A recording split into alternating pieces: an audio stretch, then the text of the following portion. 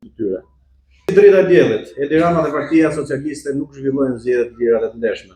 I kanë goditur zgjedhjet, i kanë vlerësuar, i kanë rrethuar votuesit. Ata kanë patronazhim kapilar të çdo qendre votimi dhe njohin emër për emër duke gjurmuar votuesit deri ditën e fundit në kutinë e votimit.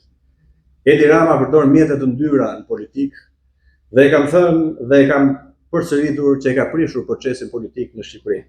E ka bërë politikën të papërgjeshme, të shturur, pa mision dhe pa kontratë me njerëzit. Zgjedhjet janë si një luftë mes ndërvarësisë për bukën e gojës, shtrëngimin me vendin e punës apo sipërmarrjen, vlerësimit qytetarit të lirë dhe pa diskutim përdorimit të krimit organizuar në formë kapilare. Por të dashur miq, duhet ta themi hapur dhe me sinqeritet. Një tjetër shkak është paftësia e opozitës. E Partisë Demokratike si forca më e madhe opozitare në vend. Për të qenë binca, për të nxjerrë shqiptarët drejt kutive të votimit, për të fituar zgjedhjet. Zgjedhjet e pjesëme lokale janë një sinjal i fortë që duhet ta lexojë gjithë secili prej nesh. Edi Rama arriti të nxirrte me gjithë represionin 15.000 votues në Vlorë, por ne nuk arritëm të nxirrim dot më shumë apo rreth 2500.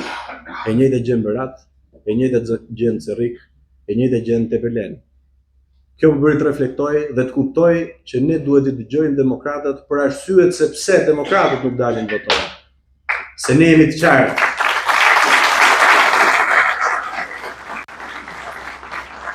Pse nuk i motivojmë ne të dalin votojnë dhe t'i pyesim përse? Ne nuk mund t'i mbyllim as syt as veshët. Ne nuk mund t'i mbyllim as syt as veshët kur një super skandal si kapja në korrupsion dhe në shpërdorim për 50 milion euro, siç ishte rasti i zëvendës kryeministres Belinda Balluku, nuk bëri që njerëzit të vërshonin në shesh dhe në revolt dhe ta përmbysnin qeverinë siç po ndodh në Rumani, siç po ndodh në Bullgari dhe siç po ndodh në çdo vend tjetër. Ministra, kryebashkiake zyrtar përballen çdo ditë me drejtësinë, por nuk i lëshojnë postat. Nuk japin dorëheqjen në pretekstin e pamoralshëm të prezumimit të pafajësisë. Por Partia Demokratike përsëri nuk po rritet. A duhet që ne të ishim në revolt dhe të kuptojmë se pse qytetarët nuk po na ndjekin në këtë revolt? Personalisht e ndjej plagën tuaj dhe të çdo demokrati. Humbjet apo vjedhjet na kanë nukur kokën, na kanë ngryer shpirtin, e di zhgënjimin, arresën, i di problemet me listat e mbyllura, kam reaguar nga burgu në atë moment. I di një pjesë të alatëve pa pesh, vendimet e imponuara, mospërfilljet, largimi nga realiteti i njerëzve, mungesën e shpresës, mosdhënien e llogarisë, mostakimet edhe tani 7 muaj pas zgjedhjeve dhe mosmbajtjen e asnjë lloj përgjegjësie. E ndjej dhimbjen e militantëve që ka qëndruar në shije në të ftohtë. Kemi qëndruar bashkë. Lufton por nuk dëgjohet. Demokratët janë lodhur. Kjo është e vërteta dhe ne nuk duhet të kemi frikë që t'i themi të vërtetat ashtu siç janë. Dhe për mua kjo është plaga jonë më e madhe si parti. Dhe çdo drejtues duhet ta shohë këtë ashtu siç është. Duhet të dëgjojë demokratët që me masivitetin e tyre edhe në këtë takim tregojnë dhe po tregojnë që duhet të dëgjohet. Mosdëgjimi i tyre është një gabim i rëndë. Por të dashur motra dhe vëllezër, unë e di dhe diçka tjetër. Partia Demokratike nuk është një parti politike. Nuk është vetëm një parti politike. Të ishte e tillë me çfarë ka ndodhur gjatë këtyre viteve, Partia Demokratike nuk do të kishte mbijetuar dot. Por Partia Demokratike është një vokacion, është një pasuri kombëtare, është institucion i ndryshimeve historike për shqiptarët. Ajo mbetet një fuqi politike e jashtëzakonshme. Por ajo duhet të hapet, të ripërtërihet, të zgjohet, të rinovohet, të pesojë tek brezi i ri, të kombinojë përvojën me freskinë dhe pa diskutim të fitojë.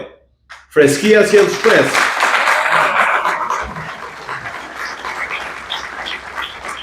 Zëri i ri bashkojnë njerëzit përtej partive politike dhe bashkitë e fituara në zonat ku kemi fituar, se ne kemi një analizë humbjes, por duhet kemi një analizë fitore në disa bashki që kemi fituar.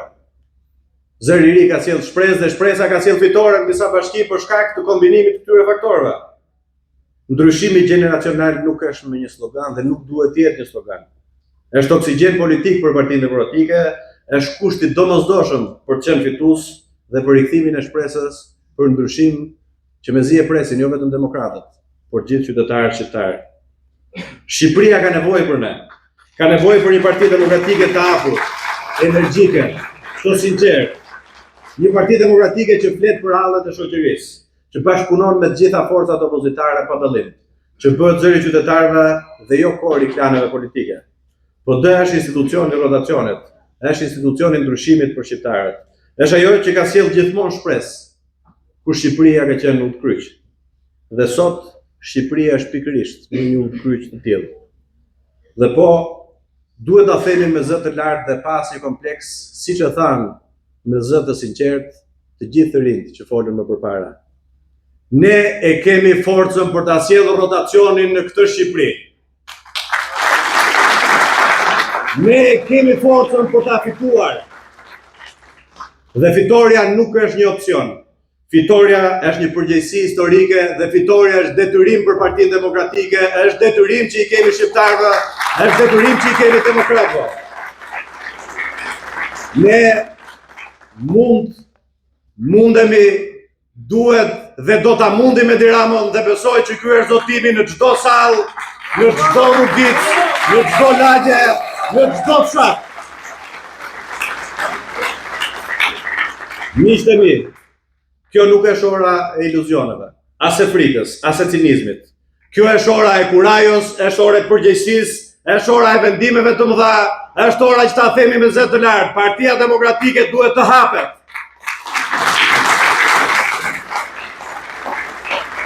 Të ngrihemi në lartësinë e pritshmërive të shqiptarëve, të freskohemi, të trokasim në çdo derë, të rikthejmë shpresën dhe vendi që po na ikën ndërduar. Le ta duam më shumë Shqipërinë, t'i shërbejmë më mirë asaj. Le ta bëjmë politikën sërish një fjalë të mirë, një punë të ndershme që i thërret qytetarët të vinë. Le të jemi njerëz të hapur, të sinqertë, të guximshëm për t'i dhënë të gjithëve një mundësi të re dhe pa diskutim një mundësi të re Shqipërisë tonë të bekuar nga Zoti. Unë kam një thirrje sot. Për të gjithë demokratët, për të gjithë shqiptarët. Bashkohuni me ne do ta mundim Edi Ramon të gjithë bashkë, të hapur, të bashkuar, të ri për të rirë, dhe do t'i sjellim Shqipërisë ndryshimin. Fitore të gjithëve.